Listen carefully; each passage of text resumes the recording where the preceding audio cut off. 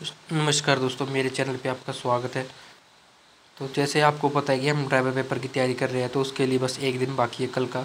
तो कुछ बच्चे बोल रहे हैं कि एडमिट कार्ड नहीं आया, तो शायद उनका पेपर जो एडमिट कार्ड उनका जो फॉर्म था वो रिजेक्ट हो गया हो किसी वजह से।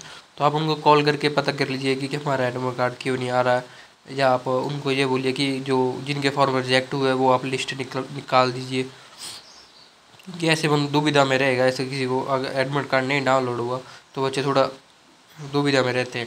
तो जो हम आज क्वेश्चन करने वाले हैं 15 क्वेश्चन, तो ये मैकेनिकल के बारे में है, जो भी है मैकेनिकल के बारे में आज करने वाले हैं।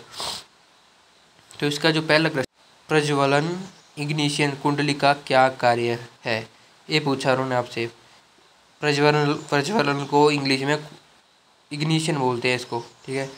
तो ये इसका क्या कार्य है वो कुंडली का क्या क्या है?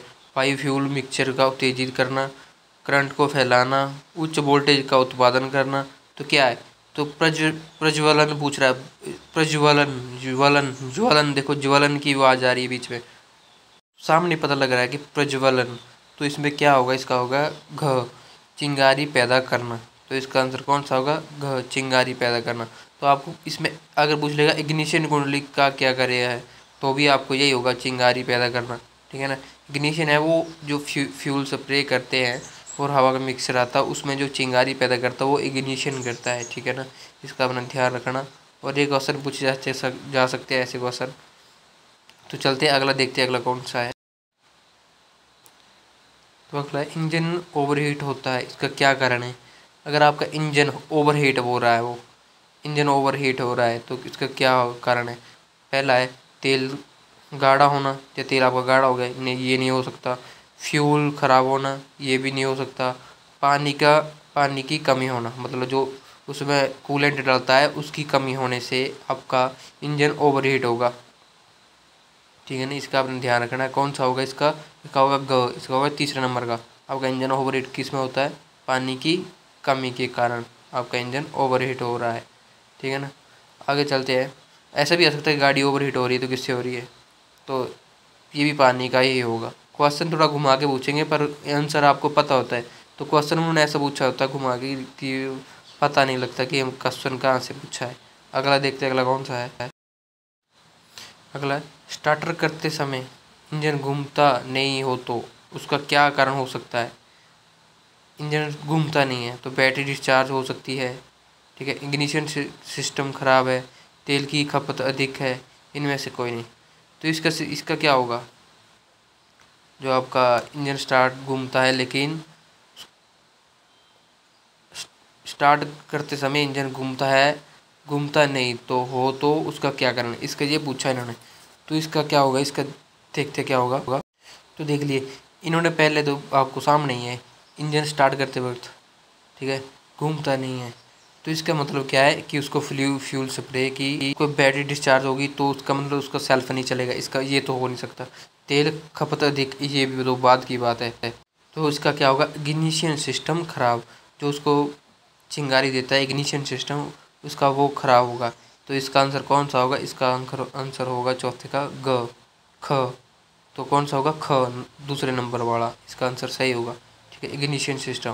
तो देखते हैं अगला क्वेश्चन कौन सा है, अगला करते हैं। इंजन सामान्य गति से घूमता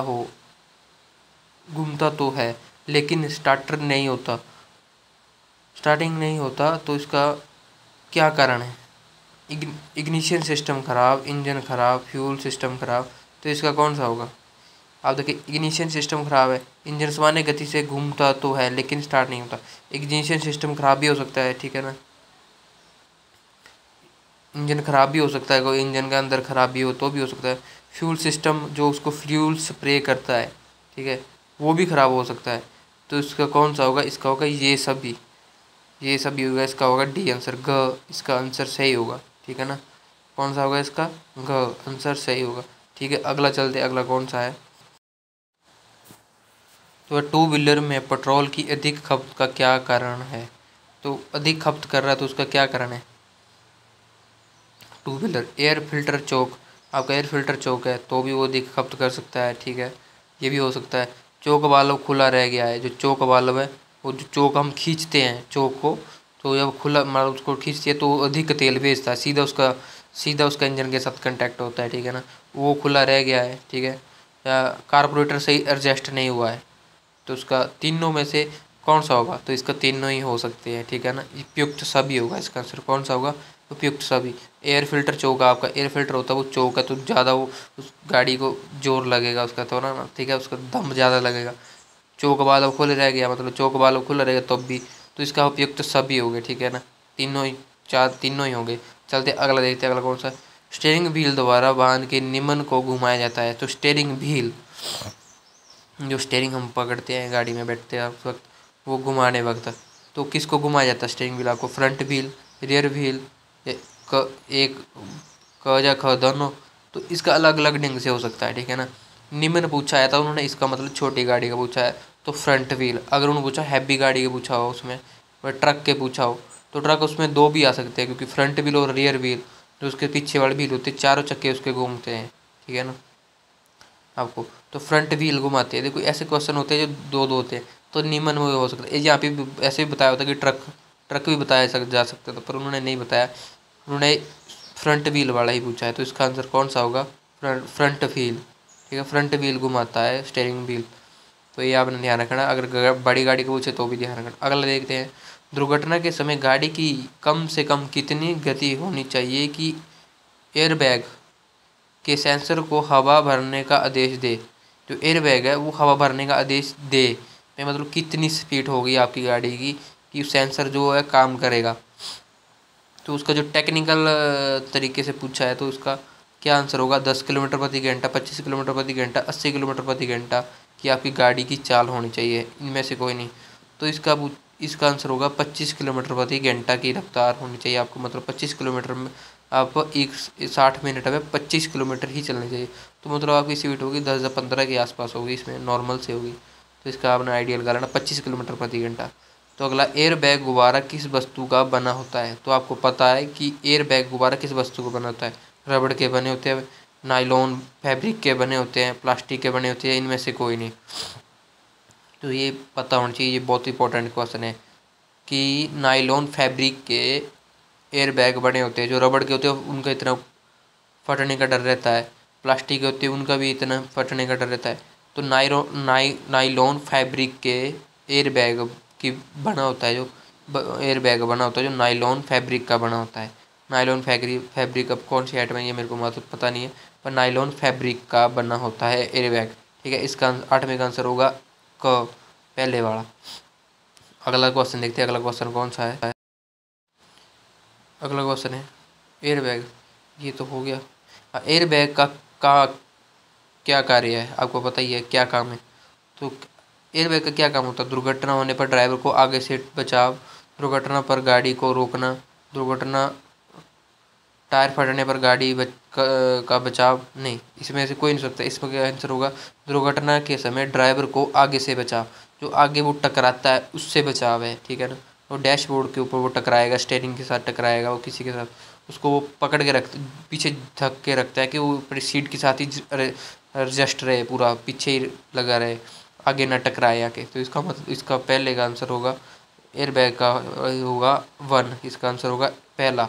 तो देखते हैं अगला क्वेश्चन कौन सा है। अगला क्वेश्चन है, आरपीएम सुचारू रूप से नहीं होने पर क्या प्रभाव पड़ता है? आरपीएम, आपको पता है कि आरपीएम क्या होता है? तो आरपीएम इंजन की क्षमता कम होती है, एसी की कूलिंग कम होती है, तो पहला और दूसरा, ठीक है। दोनों इनमें से कोई नहीं, दोनों इनमें से कोई नहीं, इनमें से कोई नहीं, ठीक है। दोनों तो ऐसे लिखा हो गया है, टाइपिंग में थोड़ा मिस्टेक है, इनमें से कोई नहीं। तो आपको पता है कि आरपीएम क्या होता है? आरपीएम इंजन की क्षमता होती है। तो इंजन की क्षमता अगर कम होगी तो क्या होगा? तो उसका जो व्हील है वो कम घूमेगा, गाड़ी कम चलेगी स्पीड से।